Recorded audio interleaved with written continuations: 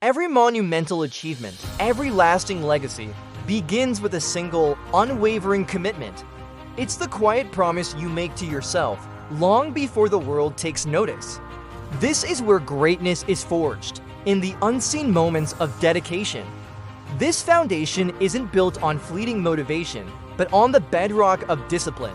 The path to greatness is rarely smooth. It's a battlefield, often fought within. Each rep is a battle against doubt, a victory over the urge to quit. Discipline isn't just about doing. It's about resisting the easy way out.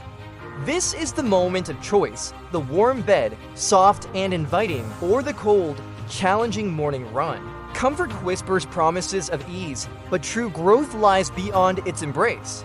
Every decision, every small act of defiance against inertia builds your resolve. Then something shifts. The struggle doesn't disappear, but it transforms.